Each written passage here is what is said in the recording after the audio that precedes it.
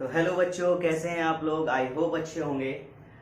तो केमिस्ट्री में हमने last time balancing of chemical equation, ठीक है, इसे कंप्लीट किया था। तो आज हम चलेंगे, क्योंकि कुछ एक पॉइंट बचे हुए थे उन बैलेंसिंग में भी।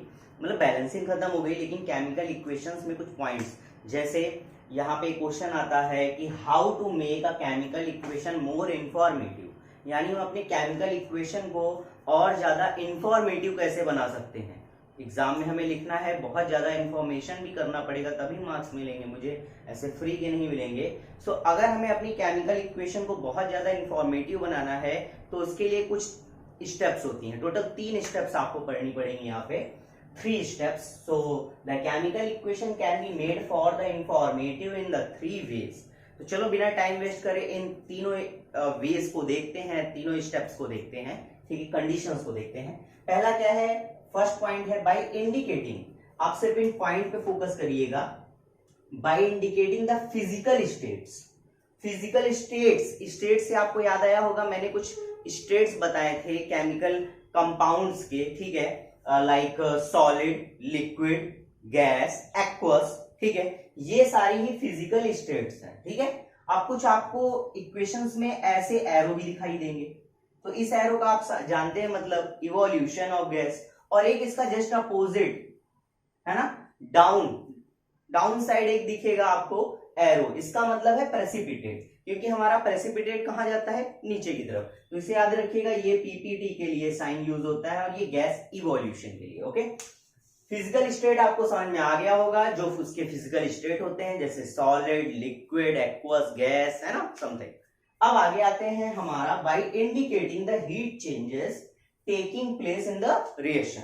यहां पे आपको ध्यान देना है सिर्फ हीट चेंजेस पर। ओके, और थर्ड पॉइंट है बाय इंडिकेटिंग द कंडीशंस। चलो इन दोनों को समझते हैं, क्योंकि इसे तो हम ऑलरेडी समझ चुके हैं। तो बात आती है पहले two by indicating the heat changes. Heat changes का मतलब चेंज ऑफ हीट, सिंपल, ठीक है।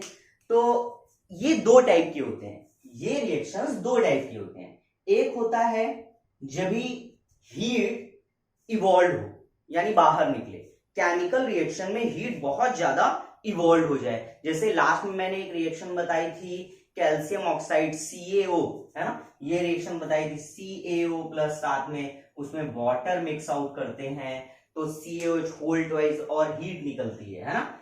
या फिर आपको एक इजी रिएक्शन बताता हूं, हम मतलब हीट इवोल्यूशन के लिए बता रहा हूं, मैंने कार्बन लिया, कार्बन मीन्स कोल, है ना, वुड्स, ये सारे हमारे कार्बन ही तो होते हैं, ठीक है।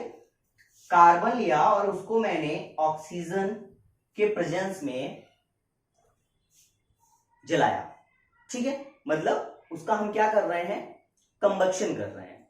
तो जब भी कंबक्शन करते हैं तो C+O2 गिव्स, इसको मैं हटा देता हूं, कंबक्शन लिख दूंगा यहाँ पे, तो इट गिव्स व्हाट, CO2।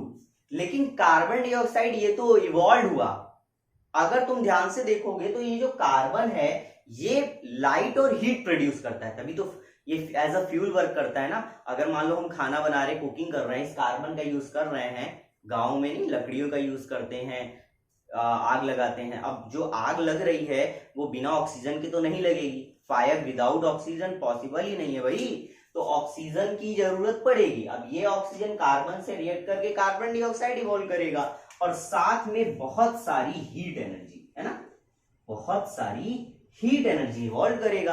अब ये जो हीट एनर्जी इवॉल्व हो रही है, यानी बाहर निकल रही है, इस टाइप की रिएक्शन को हम बोलते हैं एक्सोथर्मिक। एक्सो बाहर, है ना, इसको बोलते हैं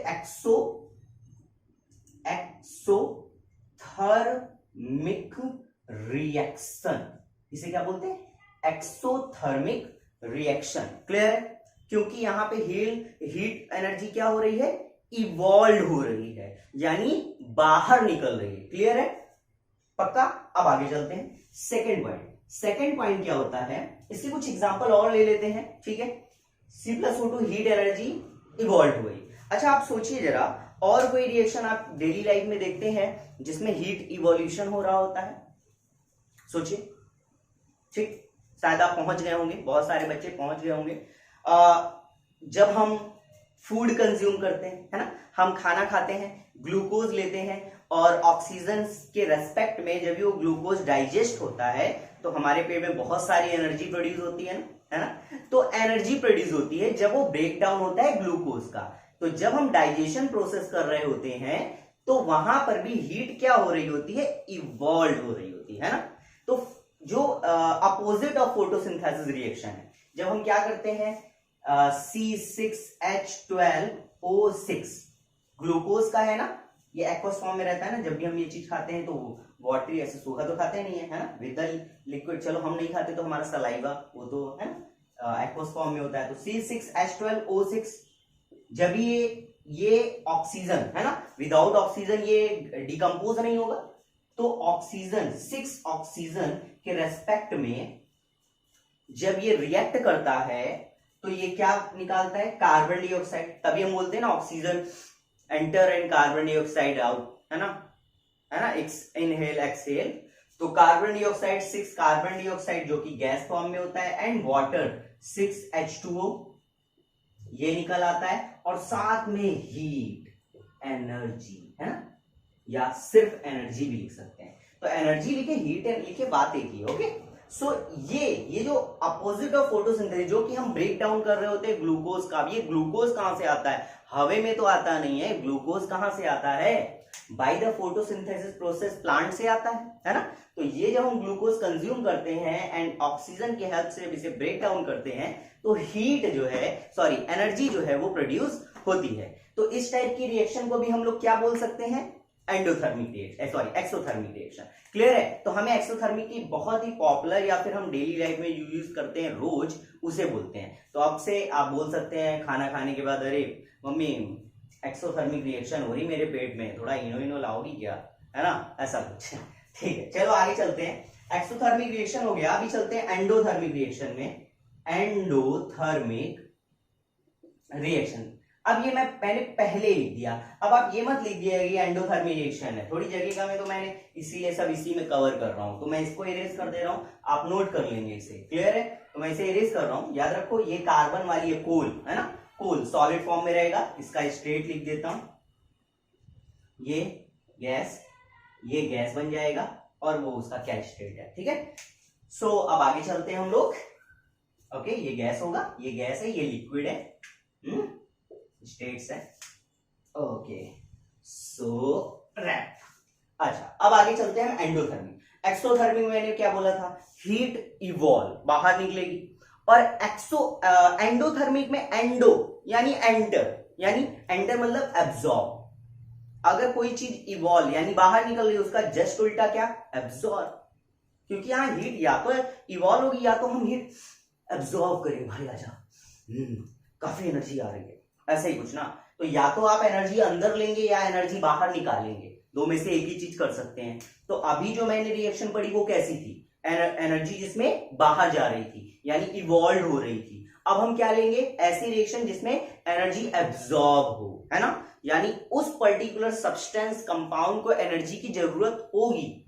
ठीक है, रिएक्शन हैपन होने के लिए उसे उस एनर्जी या हीट की नीड होगी, जरूरत होगी। तो इस टाइप की रिएक्शन को क्या बोलेंगे, एंडोथर्मिक रिएक्शन।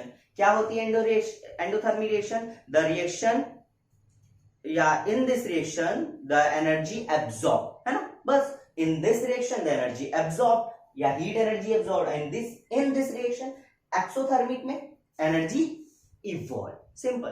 तो चलो इसका भी एग्जांपल देख लेते हैं भाई, एक्सोथर्मिक का देख लिया, एंडोथर्मिक का भी देख लेते हैं। देखो एक बड़ा से पॉपुलर सा एग्जांपल मैंने क्या लिया, 6CO2 कार्बन डाइऑक्साइड, ठीक है, और साथ में मैंने लिया 6H2O वाटर, ठीक है। उसे मैंने फोटोसिंथेसिस क्लोरोफिल की हेल्प से, सनलाइट और क्लोरोफिल की हेल्प से, ठीक है, सनलाइट और क्लोरोफिल की हेल्प से रिएक्ट कराया, तो मुझे कुछ इस तरह का कंपाउंड मिला। अब इसे तो आप जानते ही हैं, ये क्या है, ये आपका है ग्लूकोज, है ना, ये ग्लूकोज है ना। तो आप देख सकते हैं, और इस रिएक्शन को बोलते क्या है, बिल्कुल सही जवाब, इसको बोलते हैं फोटोसिंथेसिस, सनलाइट एंड क्लोरोफिल। अब यहां पे मैंने जगह छोड़ी, ये रिएक्शन बिना हीट के पॉसिबल होगी नहीं, और वो हीट इसको कहां से मिल रही है, सनलाइट से। तो ये सनलाइट मैंने यहां यूज कर दिया। ओके, सो देखिए हीट की यूज हुआ ना, तो carbon dioxide, water and sunlight और क्लोरोफिल की हेल्प से इसने ग्लूकोज बना दिया। तो जब भी आपको हीट की नीड होगी, यानी जब रिएक्शन एब्जॉर्ब करेगा हीट, तो उस टाइप की रिएक्शन को क्या बोलेंगे बच्चों, एंडोथर्मिक यार। Okay, so I hope clear हो गया, वो बिल्कुल सिंपल सा है। तो एक बात आप याद रखिए कि फोटोसिंथेसिस रिएक्शन एंडोथर्मिक है and opposite of photosynthesis exothermic है। ठीक है, तो चलिए आगे चलते हैं, बहुत इजी सा है। ओके, ये एक एग्जांपल काफी है आई थिंक, है ना। फिर हम धीरे धीरे चलेंगे, हमको समझ में आएगा एक्सोथर्मिक क्या है, एंडोथर्मिक क्या है ना। ये सारी चीजें हमको क्लियर होने लगेगी, बट अभी सिर्फ हमको बेसिक चीजें पता करनी है, छोटे छोटे टर्म्स लाइक एक्सोथर्मिक, अच्छा एक्सोथर्मिक, हाँ हीट इवॉल्व होगी, एंडोथर्मिक, अच्छा एंडोथर्मिक, अच्छा हीट एब्जॉर्ब होगी, ऐसी कुछ चीजें, कंडीशंस के बारे में, फिजिकल स्ट्रोक या एक्वस तो मुझे पता है, पीवीडी पता है यार मेरे को, एरो, ये एरो का साइन क्या है, तो ये सारी चीजें मुझे पता है। ओके, क्लियर है आई होप। हाँ, तो चलो आगे चलते हैं, ये आपको समझ में आ गया होगा। अब चलते हैं by indicating the conditions under which the reaction take place. मैंने बताया था आपको सिर्फ इस पे ध्यान देना है, कंडीशन। फिलहाल आप इसे नोट करिए, फिर हम कंडीशन को ज्यादा नहीं सीखना है, आप इतना समझिए कंडीशंस में ऐसे चीजें आती हैं जब हम किसी रिएक्शन को हैपन या करा रहे होते हैं, दो मैंने रिएक्टेंट लिए, उनको यूज किया, रिएक्ट कराया और फिर प्रोडक्ट बनाया। लेकिन कभी कभी ऐसा होता है कि हम डायरेक्ट रिएक्टेंट लेके और कंबाइन करने के बाद हमें प्रोडक्ट नहीं मिलता, जैसे फॉर्मेशन ऑफ ग्लूकोज, है ना, जो ग्लूकोज फोटोसिंथेसिस से हमने बनाया, जैसे फॉर्मेशन ऑफ अल्कोहल, जब हम अल्कोहल वगैरह बना रहे होते हैं, तो और भी बहुत सारी चीजें, अभी माइंड में इतनी है, बहुत ज्यादा हम अंदर तक नहीं जाएंगे, धीरे धीरे जाएंगे। तो जब हम ये सारी चीजें बना रहे होते हैं, और भी बहुत सारी रिएक्शन, जैसे एग्जांपल के तौर पे हम मिल्क से कर्ड डायरेक्ट अगर बना रहे हैं, है ना, तो और जैसे अगर हम नॉर्मल वे पे बना रहे हैं ब्रेड, है ना, ब्रेड बना रहे हैं, ये सारी चीजें मतलब होने के लिए, इन रिएक्शंस को हैपेंड करने के लिए हम क्या करते हैं, कुछ कंडीशंस का यूज करते हैं। कंडीशंस का मतलब प्रेशर, इसी सर्टेन प्रेशर पे ही रिएक्शन होगी, पॉसिबल होगी, है ना, जैसे 384 एटीपी, है ना, या 38 एटीपी, समथिंग लाइक दैट, इस तरीके से एटमॉस्फेरिक प्रेशर, एटीएम, एटीपी नहीं, एटीएम, एटीपी तो एड्रेनाटाइड ट्राइस्फेट हो गया, वो तो एनर्जी का करेंसी है, वो उसकी बात नहीं कर रहा हूं मैं, एटीएम है। Okay, sorry. तो और भी बहुत सारी चीजें, सिर्फ प्रेशर नहीं, जैसे टेम्परेचर, बहुत सारी रिएक्शन एक सर्टेन टेम्परेचर पे होती है ना, एक सर्टेन टेम्परेचर पे, लाइक 170 डिग्री सेंटीग्रेड और 443 केल्विन पे, हाँ, या फिर 3000 डिग्री सेंटीग्रेड पे टेम्परेचर मुझे जरूरत पड़ेगी, तब ये रिएक्शन होगी, अदरवाइज होनी नहीं है। तो टेम्परेचर भी यहाँ पे वेरी करेगा, प्रेशर मैंने बता दिया, प्रेशर भी, विदाउट प्रेशर वो रिएक्शन नहीं हो रही है, मतलब सारी नहीं, कुछ रिएक्शंस की बात मैं कर रहा हूं, टेम्परेचर हो गया, प्रेशर हो गया, और कुछ हमारे रीजेंट्स होंगे, हाँ, हम उनके बिना नहीं यूज कर सकते। ओके, कैटलिस्ट होंगे, बहुत सारे कैटलिस्ट होंगे, विदाउट कैटलिस्ट उन रिएक्शंस को करा नहीं सकते। तो यहां पे जो कंडीशंस हैं, कंडीशंस में कुछ ये टर्म्स आएंगे, कौन कौन से, लाइक कैटलिस्ट जो कि रिएक्शंस को बहुत तेज कर देता है, स्पीडिफाई कर देता है, यानी अगर कोई रिएक्शन 2 साल में हो रही है तो वो 2 मिनट में हो जाएगी, जोक सपाट, बट इसी तरीके का। ओके, थोड़ा सा स्पीड कर देगी। ओके, कैटलिस्ट हो गया, कैटलिस्ट के अलावा मैंने बताया प्रेशर के अलावा मैंने बताया टेम्परेचर, है ना, टेम्परेचर।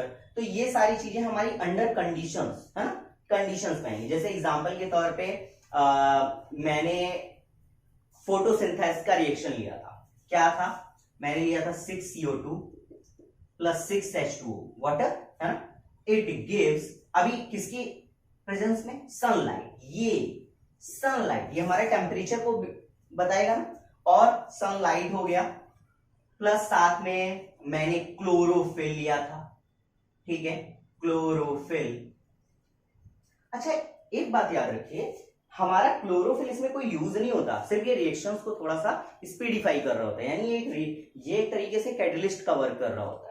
तो ये हमारे कंडीशंस में काम किए जाते हैं। सनलाइट हो गया, हाँ, क्लोरोफिल हो गया। अभी रिएक्शंस धीरे धीरे आएंगी तो वहां पे प्रेशर्स भी इंक्लूड होना स्टार्ट हो जाएगा कि ये पर्टिकुलर रिएक्शन जो है इतने ही खास प्रेशर पे ही होगी या पॉसिबल है, अदरवाइज नहीं है। ओके, जैसे एग्जांपल के तौर पे आप सिंपल से ले लीजिए, जब बहुत सारे पेट्रोलियम्स के प्रोडक्ट मिल रहे होते हैं, लाइक कैरोसिन हो गया, पेट्रोल हो गया, डीजल हो गया, ये अलग अलग प्रेशर्स और डेप्थ पे मिलते हैं ना। डेप्थ मतलब प्रेशर ही हुआ एक तरीके से, तो विदाउट उस प्रेशर पे हम उसे पॉसिबल नहीं है, ठीक है, ऑब्टेन करना। तो यहां पे हमें क्या मिल जाता था, C6H12O6, है ना। ये बहुत इंपॉर्टेंट रिएक्शन आप याद रखिएगा। और साथ में कुछ और भी देख लेते हैं, एक मिनट बैलेंस करके। तो यहाँ पे कार्बन कितने हैं, 6, ऑक्सीजन कितने हैं, 12 और 6 18, ठीक है। तो यहाँ पे आपको ऑक्सीजन भी मिलेगा, वहां पे मैंने ऑक्सीजन नहीं बताया था, तो आप याद रखिएगा, ठीक है। इससे पहले मैंने ऑक्सीजन नहीं बताया था ना, उसे भी आप याद रखिए। मैंने डायरेक्ट ग्लूकोज बना के और हीट निकाल दिया था, ठीक है। यहाँ पे मैंने पूरी रिएक्शन लिख दी है, उधर पे नहीं लिखी थी, तो उसे भी आप याद रखिए। ये रिएक्शन एक्चुअल में इधर बैलेंस करके देखिए, 6 2 12, 6 18। अब देखिए O6 12, 12 6 18। और वैसे भी जब भी फोटोसिंथेसिस हो रहा होता है तो ऑक्सीजन तो इवॉल्व होता ही है ना, है ना। तो ठीक है, तो ये हमारी हो गई कंडीशंस, एग्जाम्पल कंडीशन का। धीरे धीरे हम और आएंगे और समझेंगे। पॉज करके से फटाफट नोट कीजिए। चलो हम लोग एक बार और देख लेते हैं, नहीं तो बहुत सारे बच्चे रोने लगेंगे, मिस्टेक्स हो जाती हैं यार। ट्राई टू अंडरस्टैंड 602, क्योंकि वहां मेरे को सिर्फ आपको एक्सप्लेन करना था। हालांकि मैंने बोल दिया था उसे नोट कर लेना, उस रिएक्शंस को पर्टिकुलर जो वहां मैंने बताई थी, बट वहां मोटिव था हमें मतलब मुझे तुम्हें बताने का कि एंडोथर्मिक और एक्सोथर्मिक रिएक्शन एक्चुअल में क्या होता है। तो मेरा फोकस सिर्फ था एंडोथर्मिक और एक्सोथर्मिक पे, कि हीट इवॉल्व हो रही है और हीट एब्जॉर्ब हो रही है। बट रिएक्शन वहां पे एक थोड़ा सा पॉइंट मिस आउट हो गया था 6O2 का। तो एक्चुअल रिएक्शन आप याद रखिए ये होती है जहां पे हम 6CO2, 6 कार्बन डाइऑक्साइड, है ना, जो प्लांट होता है हमारा वो कार्बन डाइऑक्साइड एब्जॉर्ब करता है, और साथ ही साथ वाटर जो कि रूट से लेता है ना, जाइलेम एंड फ्लोएम, ये सब आप जानते हैं। तो 6H2O ये होता है गैस के फॉर्म में, ये लिक्विड के फॉर्म में होता है जब ये सनलाइट और क्लोरोफिल, ठीक है, एंड क्लोरोफिल इसके प्रेजेंस में रिएक्ट करता है तो मिलता है मुझे ग्लूकोज, और ये होता है इन एक्वस स्टेट, है ना। ये ग्लूकोज एक्वस स्टेट में होता है, और साथ में ऑक्सीजन, है ना, ये भी तो मिलेगा, क्योंकि हमें मालूम है जो प्लांट का फंक्शन होता है वो क्या करता क्या है, वो कार्बन डाइऑक्साइड इनहेल करता है और एक्सहेल करता है ऑक्सीजन को, यही प्रोसेस होता है उसका रेस्पिरेशन का। तो यहाँ पे आप देख सकते हैं कार्बन डाइऑक्साइड एंड वाटर निकल रहा है, क्लियर है। तो ये रिएक्शन आप याद रखिएगा। चलो अब आगे चलते हैं हम लोग, इसे आप नोट कर लें, वहां पे भी थोड़ा करेक्ट कर लीजिएगा, ठीक है। जहां मैंने प्लस सनलाइट दिखाया था, अभी मैं देखे, अरे देखा, ये देखे, तो ये होता रहता है यार छोटा मोटा मिस्टेक। आप दोबारा जब देखेंगे आपसे भी होगा, जब दोबारा फिर से चेक करना बहुत जरूरी है। जैसे आप लोग टेस्ट देते हैं, एग्जाम देते हैं, तो एग्जाम को भी 15 मिनट रुक के उसको एक बार रिचेक करो, इससे ये बहुत जरूरी है। आपकी जो मिस्टेक आप खुद पहले ढूंढो, फिर बाद में एग्जामिनर ढूंढेगा, क्लियर है। तो सनलाइट एंड क्लोरोफिल, तो आगे देखेंगे, इसे आप नोट कर लीजिए फटाफट। चलिए आगे चलते हैं। अभी आपका नेक्स्ट टॉपिक है टाइप ऑफ केमिकल इक्वेशन, ठीक है, रिएक्शंस है, कोई दिक्कत नहीं है, ठीक है। तो चलते हैं, देखते हैं, समझ लेते हैं कि क्या है टाइप ऑफ केमिकल रिएक्शंस में। पहला है आपका कॉम्बिनेशन रिएक्शन, फिर decomposition reaction, displacement reaction, double displacement reaction and oxidation and reduction. बारी बारी से हम सभी को समझेंगे, इसे आप नोट करिए क्या है, फिर से बता देता हूं। Type of chemical reaction, first है combination reaction, decomposition reaction, displacement reaction, double displacement reaction, oxidation and reduction. Okay, सभी को देखेंगे हम सीक्वेंस वाइज, कोई जरूरी नहीं है, जिस हिसाब से मैं बता रहा हूं उस हिसाब से समझिएगा, ठीक है। पहले आप इसे नोट करिए, फिर मैं इसको इरेज करके बारी बारी से सिंगल देखूंगा, ओके, ठीक है, फटाफट। सो फर्स्ट देखिए, पहला था combination reaction, I know that, but मैं स्टार्ट कर रहा हूं डिस्प्लेसमेंट से, फिर मैं चलूंगा double and then combination and decomposition oxidation reaction, कुछ इस तरीके से, जिससे आपको क्लियर होता रहे अच्छे से। तो पहला आपका डिस्प्लेसमेंट रिएक्शन, ठीक है। सो अगर मैं बात करूं डिस्प्लेसमेंट रिएक्शन की, तो इसकी डेफिनेशन पहले देखते हैं। यहां पे है when more reactive metal, more reactive metal displace the less reactive metal, when more reactive metal displace the less reactive metal from its compound is known as displacement, ये सिंगल डिस्प्लेसमेंट होता है, ठीक है, डिस्प्लेसमेंट रिएक्शन, ओके। क्या है समझिए फिर से, when more reactive metal displace the less reactive metal from its compound is known as displacement reaction. अब मतलब सिंपल सा है कि जो ज्यादा रिएक्टिव मेटल है, अगर वो लेस रिएक्टिव मेटल को डिस्प्लेस कर दे, उसके कंपाउंड से लेस रिएक्टिव मेटल को डिस्प्लेस कर दे, तो उसे ही हम क्या बोलते हैं, डिस्प्लेसमेंट रिएक्शन। लेकिन अब बात यह है कि हमें यह कैसे पता चले कि मोर रिएक्टिव मेटल और लेस रिएक्टिव मेटल क्या है, या कौन से मोर रिएक्टिव हैं और कौन से लेस रिएक्टिव हैं, तो ये कैसे पता चले। तो उसके लिए आप रिएक्टिविटी सीरीज लर्न करेंगे। आप पहले इसे देख लीजिए, ओके। अब मैं इसको इरेज कर रहा हूं, ठीक है। अब आप हेडिंग डाल लीजिएगा कॉर्नर पे, रिएक्टिविटी सीरीज, रिएक्टिविटी, इसकी बहुत जरूरत पड़ेगी मेटल नॉन मेटल में, रिएक्टिविटी सीरीज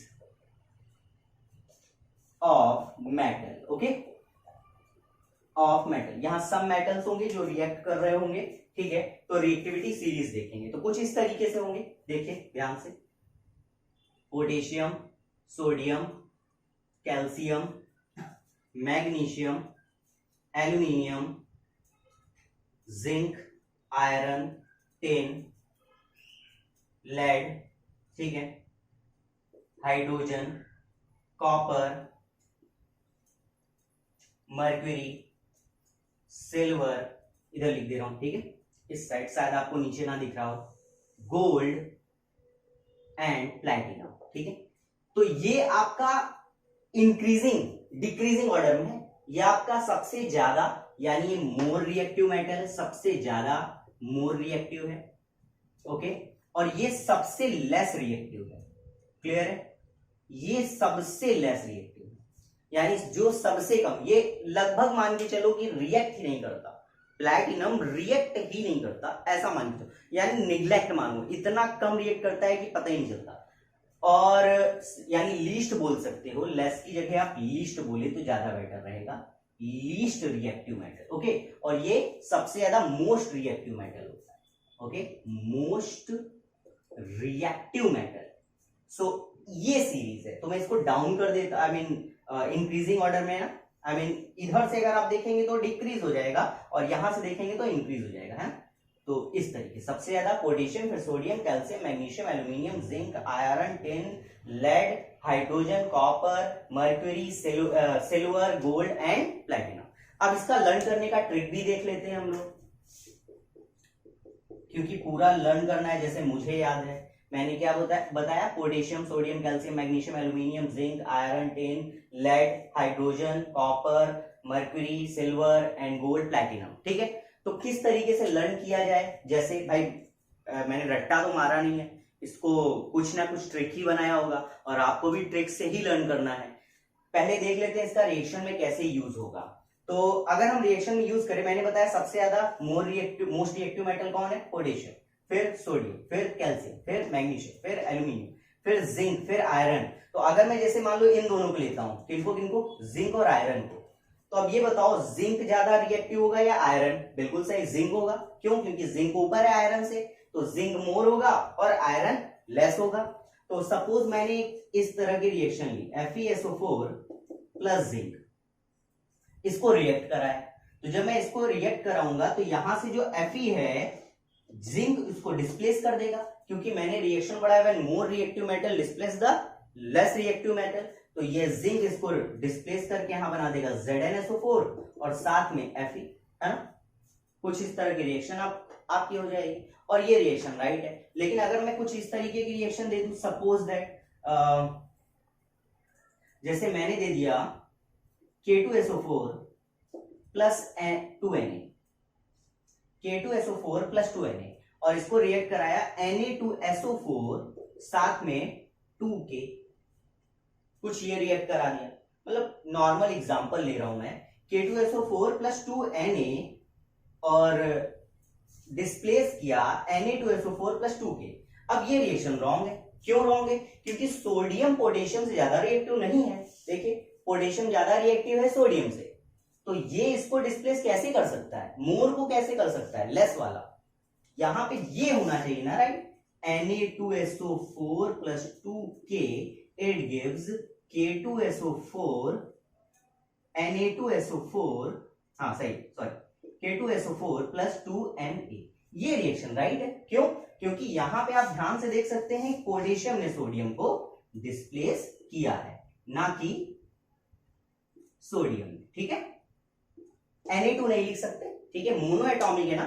हमने 9th में पढ़ा था मोनो एटॉमिक, डाई एटॉमिक, है ना, इस तरीके कुछ पढ़े थे, टेट्रा, ट्राई, है ना। तो वहां एटॉमिसिटी बताता है। तो जितने भी मेटल्स होते हैं वो हमारे कैसे होते हैं? मोनो एटॉमिक होते हैं, इस वजह से। क्लियर है? सो ये आपको आई होप क्लियर हो गया होगा कि रिएक्टिविटी सीरीज से डिस्प्लेसमेंट का कनेक्शन क्या है। क्योंकि अगर मुझे रिएक्टिविटी सीरीज लर्न नहीं होगी तो हम डिस्प्लेसमेंट रिएक्शन को सही से परफॉर्म नहीं कर पाएंगे, गलत करके आ जाएंगे। क्लियर है? तो यहाँ ये रिएक्शन राइट है, ये रिएक्शन रॉन्ग है और ये रिएक्शन भी राइट है। हमेशा मोर वाला लेस को डिस्प्लेस करता है। तो चलो अभी ट्रिक समझते हैं कि इसको लर्न कैसे करना है। बहुत सारी ट्रिक्स मिलेंगी आपको, ठीक है। मैंने इस तरीके से लर्न करा है, क्योंकि अगर मैं ऐसे बोलूं कि कानपुर ने कामा को खाया, फिर गया कार से नाचने, हाँ, इतने लंबे लंबे सेंटेंस बोलता हूं रैप बना के, तो क्या होता है ना, कानपुर ने, तो अभी कानपुर का के ले रहा हूं, अब पूरा पहले मतलब एक चीज को याद करने के लिए आप दूसरी चीज को याद करो, ऐसा कुछ, समझ रहे हो, गाने वाने की तरह। तो यहाँ पे आपको सिंपल ये करना है कि एक मान के चलो, एक बहुत सारे, जैसे लॉकडाउन है, शराब वराब बिक रही थी, तो पेकड़ो जो बहुत ज्यादा दारू सारू पीते रहते हैं, ठीक है, तो उन बंदों की बातें चल रही हैं, बातें हो रही हैं, ठीक है।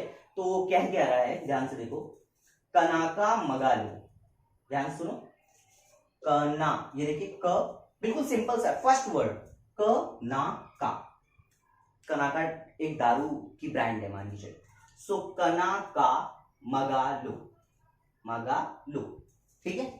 जन, जन मतलब लोगों के साथ, लोगों के साथ, जन, Jan Shakti, you know that.